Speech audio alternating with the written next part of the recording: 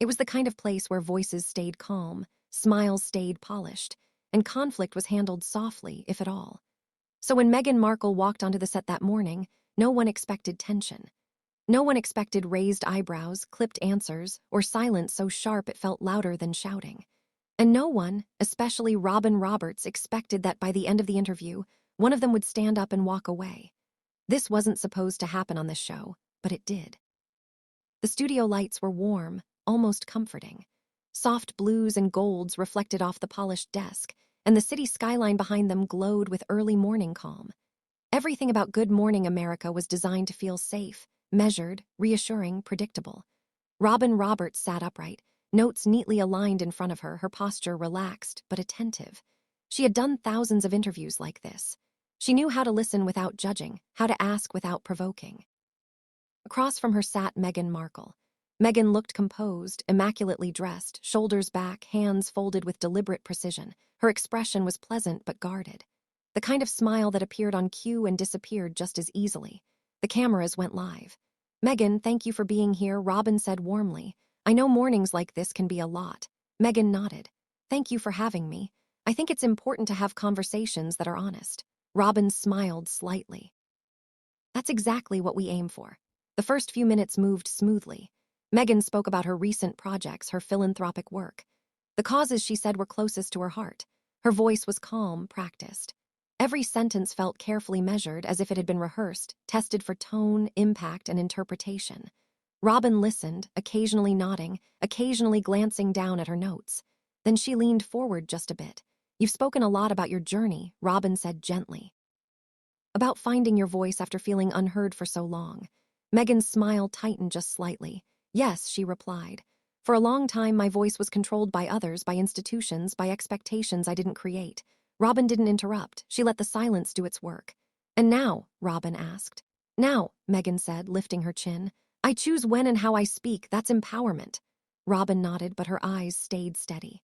"Some people feel," she continued carefully, "that when you speak now, it's often about the same chapters, the same pain. They wonder, does revisiting it help you heal, or does it keep the wound open?" The temperature in the room changed. Meghan's fingers tightened together. Her smile faded.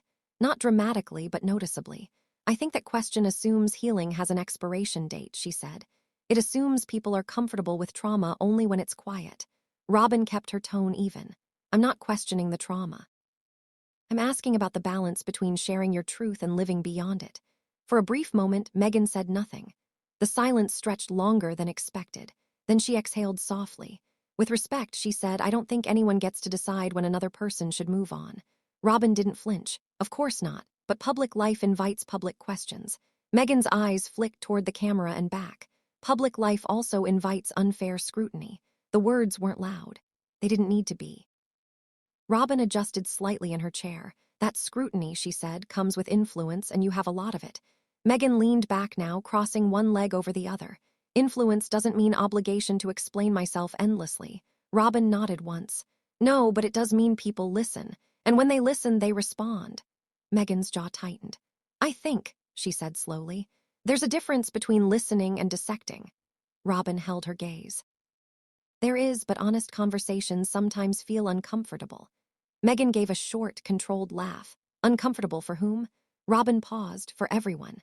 A producer off camera shifted. The energy behind the cameras had changed, too. Crew members glanced at each other, sensing the shift but unsure where it would land. Meghan straightened, smoothing her sleeve. "I came here to talk about progress, not to relitigate pain for entertainment." Robin's voice remained calm but firmer now. "This isn't entertainment, it's context." Meghan's eyes narrowed just slightly. "Context can be a weapon," she said. Robin didn't respond immediately. She simply looked at Meghan, letting the weight of the words settle between them. The studio felt smaller now, tighter, and for the first time that morning, it was clear this interview was no longer moving forward politely. It was beginning to push back. The polite rhythm of morning television was gone now. Robin Roberts sat back slightly, but her eyes never left Meghan. This was no longer a warm introduction segment. It had shifted into something quieter, sharper. The kind of interview where every word mattered more than the last. Meghan sensed it, too. Robin glanced briefly at her notes, then looked up. "You've said many times that stepping away from certain institutions was about protecting your mental health." Meghan nodded. Absolutely. Self-preservation is not selfish. I agree, Robin said. But some critics say the constant retelling of that experience, books, interviews, documentaries, keeps you in the very space you said you needed to leave. Meghan's lips pressed together. I don't control how many people ask me to speak, she replied. I control whether I'm honest when I do.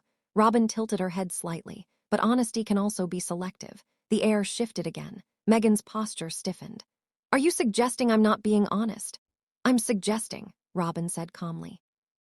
That perspective changes depending on who's listening. Meghan let out a small breath through her nose. That's true for everyone, including interviewers. Robin didn't rise to it. Fair point, but when you speak about harm, you're also speaking about others, family members, institutions, people who don't respond publicly. Meghan's eyes darkened. Silence doesn't equal innocence. Robin folded her hands. No, but it also doesn't allow balance. For a moment, Meghan said nothing. Pause felt deliberate, almost strategic. Balance, Meghan said slowly, is often code for comfort, and comfort usually favors the powerful. Robin's expression remained steady. And responsibility often follows influence. Meghan leaned forward now, elbows resting lightly on her knees. Responsibility to whom? To the audience, Robin replied. To the truth. To the impact your words have. Meghan smiled, but there was no warmth in it. I don't believe in living my life to manage other people's discomfort. Robin nodded. But you live very publicly. That doesn't make me public property, Meghan said, her tone sharpening. Robin didn't interrupt. And yet Meghan continued, I'm constantly asked to explain myself in ways others never are. Robin met her gaze. Because your story invited the world in. The sentence landed heavier than expected. Meghan blinked once. I shared my story, she said. I didn't invite interrogation. Robin raised an eyebrow slightly. Some would say interviews are exactly that. A quiet murmur passed behind the cameras. One of the producers subtly adjusted her headset. Meghan crossed her arms. Then perhaps interviews should evolve. Robin leaned forward now, her voice still calm but unmistakably firm. Evolution also means accountability. Meghan's eyes flashed. Accountability to whom exactly? To consistency, Robin said to clarity. Meghan shook her head. That sounds like policing. Robin's tone didn't change. It sounds like journalism. The word hung between them. Meghan laughed softly, but it was edged with irritation. Journalism shouldn't feel like a courtroom, and public trust isn't built without questions, Robin replied. Meghan sat back, uncrossing her arms but clenching her hands together. I think what's happening here, she said carefully, is that I'm being asked to defend my pain. Robin responded immediately. No, you're being asked to contextualize it. Meghan's jaw tightened. That's a distinction without a difference. Robin paused, then spoke slower. Then help me understand your boundary. What's fair to ask and what isn't? Meghan hesitated. The silence felt longer this time, more uncomfortable. My boundary, Meghan said at last, is being reduced to a narrative that others dissect for ratings. Robin nodded once. This show doesn't operate on that. Meghan met her eyes. Then why does it feel like it does? Robin didn't answer right away. Instead, she glanced briefly toward the camera, then back to Meghan. Because sometimes, she said, truth is uncomfortable when it isn't fully controlled. The tension was no longer subtle. Meghan straightened, her voice cooler now. I don't control truth, I tell mine. Robin responded just as evenly, and others will examine it. Meghan inhaled deeply, then exhaled. I expected better, she said quietly. Robin didn't look offended. I expected honesty. The studio lights felt brighter. The smiles were gone, and it was clear now. This wasn't going to resolve itself gently. It was heading somewhere sharper. The shift was impossible to ignore now. What had started as a composed exchange had turned into something raw, less polished, less predictable. Even the studio crew could feel it. The usual morning show cadence was gone, replaced by careful breaths and longer pauses. Robin Roberts leaned back slightly, but her voice remained steady. You've spoken a lot about being misunderstood. Meghan nodded once. Because I was, Robin continued. But when multiple accounts conflict, former staff, palace sources, even past interviews, you can understand why people ask where the truth sits. Meghan's eyes narrowed. Anonymous sources don't get to define my life. Robin didn't flinch. They don't, but patterns raise questions. Meghan let out a sharp breath. Patterns are easy to create when the media decides what fits. Robin leaned forward again. Then, let's talk specifics. Meghan's posture stiffened immediately. In past interviews, Robin said, you've described feeling isolated, yet records show extensive support offered early on. Meghan's lips parted slightly, then pressed together. Support on paper isn't the same as support in reality, she said. Robin nodded. That's fair, but when support is declined, how should the public interpret that? Meghan's head tilted. Why does the public need to interpret anything at all? Because, Robin replied, you've made your story public. Meghan's fingers tightened around each other. You keep circling back to that. Robin answered calmly, because it's the center of the conversation. Meghan shook her head. No, the center of the conversation is how a woman is punished for speaking up. Robin's tone sharpened just slightly, or how narratives gain power when they aren't challenged. Meghan looked directly at her now. So this is a challenge. This is an interview, Robin said evenly. Meghan leaned back, her expression shifting from controlled to visibly irritated. Then let's be honest about what kind. Robin met her gaze, one that doesn't avoid discomfort. Meghan laughed quietly, but there was no humor in it. Discomfort seems to be the goal. Robin responded without hesitation. Clarity is. Meghan looked off to the side briefly toward the producers, the lights, the invisible audience, then back to Robin. You're asking me to reconcile trauma with timelines, Meghan said. That's not clarity, that's cruelty. Robin's voice softened but didn't retreat, it's context. Meghan's eyes flashed. Context for who? For viewers trying to understand, Robin said not to judge. But they do, Meghan interrupted sharply. The interruption was sudden, unmistakable. Robin paused. The interruption echoed louder than any raised voice. They judge, Meghan continued, her words coming faster now. They dissect. They decide what pain is acceptable and what isn't. Robin replied calmly. That's not this conversation. It feels exactly like it, Meghan said. Robin inhaled, then asked carefully. Do you feel attacked right now? Meghan didn't answer immediately, her jaw tightened. I feel cornered, she said. Robin nodded once. That isn't my intention, but it is the effect, Meghan replied. An intention doesn't erase impact. Robin leaned back slightly. Then let me ask you this. What would a fair interview look like to you? Meghan's laugh this time was sharper. One where I'm not asked to defend my own experience. Robin's tone turned firmer. And what about the responsibility that comes with shaping public perception? Meghan's composure cracked just a little. I didn't ask to be a symbol, she said. I didn't ask to carry everyone's expectations. Robin responded quietly, but you accepted the platform. Meghan leaned forward suddenly, and you're using it against me. Robin's eyes widened slightly, not in shock, but in recognition. That's not true, she said. Meghan shook her head. You say that, but every question is framed like a contradiction. Robin held her gaze because contradictions exist. Silence fell again. This time it felt heavy. Meghan exhaled slowly, then spoke with measured restraint. I came here expecting conversation, not cross-examination. Robin replied calmly, and I expected openness. Meghan stood up straighter in her chair. Openness doesn't mean surrender. Robin's voice was steady but unmistakably firm now. Neither does accountability. The two women locked eyes. The smiles were gone. The warmth was gone. And for the first time, Meghan glanced down, then back up with something close to resolve. This is going somewhere I'm not comfortable with, she said quietly. Robin nodded. Sometimes the truth does. Meghan's hand shifted on the armrest. She wasn't leaving yet. But it was clear now. She was deciding. The silence stretched longer than television ever allows.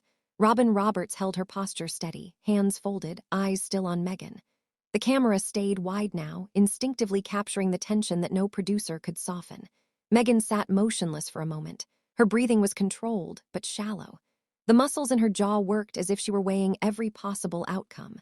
Robin broke the silence carefully. I don't want this to feel adversarial. Meghan looked at her, disbelief flickering across her face. Then why does it feel like I'm on trial? Robin answered calmly. Because questions can feel threatening when they don't follow a script. That did it. Meghan's eyes hardened. So this was about the script. Robin's tone sharpened slightly. No, it's about accountability. Meghan let out a short, incredulous laugh. Accountability for what? For surviving something you've never had to live through. Robin's expression changed. You don't know what I've lived through. The air shifted. The other hosts exchanged brief glances. Michael Strawn leaned back, sensing the moment slipping out of control. George Stephanopoulos lowered his eyes to the desk, already knowing this wasn't going to recover. Meghan leaned forward. This is exactly what people warned me about. Robin held her gaze. And this is exactly why people still have questions. Meghan's voice rose, not shouting, but sharpened. You invited me here under the guise of understanding, but this is interrogation dressed up as empathy. Robin responded evenly. That's your interpretation. Meghan shook her head slowly. No, it's your execution. A producer's voice crackled faintly in Robin's earpiece. She ignored it.